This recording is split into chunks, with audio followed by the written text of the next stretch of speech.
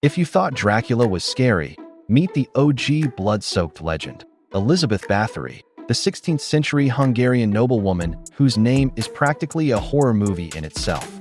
Accused of torturing and murdering anywhere from 80 to 600 young girls. Because, numbers were real flexible back then. She's been branded history's most prolific female serial killer. But was she really the bloodthirsty monster of legend? Or just a dangerously powerful woman who made the wrong enemies? Elizabeth wasn't exactly your average duchess sipping tea in lace gloves. She came from that Báthory family, one of the most powerful and inbred noble houses in Eastern Europe.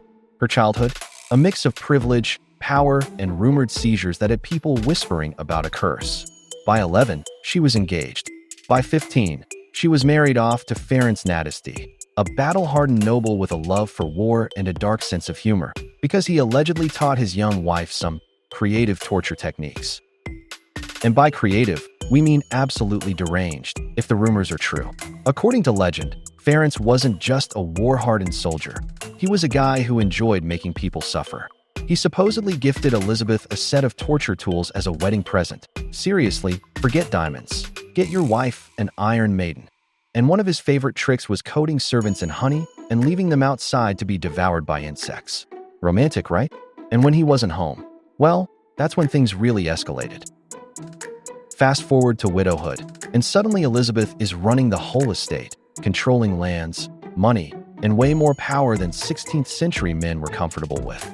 Then, out of nowhere, whispers of dead servant girls start piling up.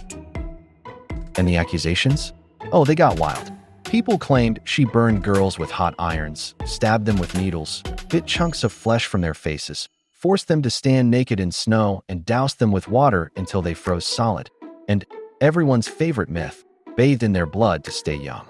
Rumor has it that she got inspired when she slapped a servant girl so hard that the poor girl's blood splattered onto Elizabeth's face. And when she later checked in the mirror, because, of course, she noticed that her skin looked smoother and younger where the blood had landed. Cue the ultimate medieval skincare hack, virgin blood baths. Because nothing says timeless beauty like marinating in virgin plasma, right? But hold on, where did these stories actually come from? Her accusers? A bunch of debt-ridden noblemen and a king who owed her money. How convenient. There were no trials, no real evidence, just eyewitness testimonies from tortured servants and some conveniently discovered bodies that might have just been victims of disease or accidents.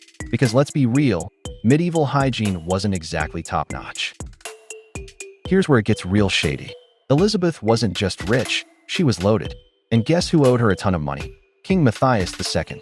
Conveniently, when the witch hunt for her crimes began, guess who suddenly didn't have to pay her back? Ding ding, our boy Matthias.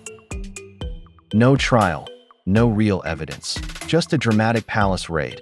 Some conveniently found corpses, and Elizabeth bricked up in her own castle until she died. Coincidence? Yeah, right. Did Elizabeth Báthory mistreat her servants? Probably.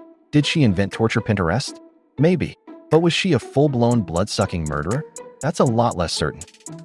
Whether she was a sadistic noblewoman or just an inconveniently powerful widow who needed to be taken down, one thing is clear. History loves a good villain, and the bloody Countess made the perfect scapegoat. So, was she a real-life horror story or just a victim of political backstabbing? You be the judge.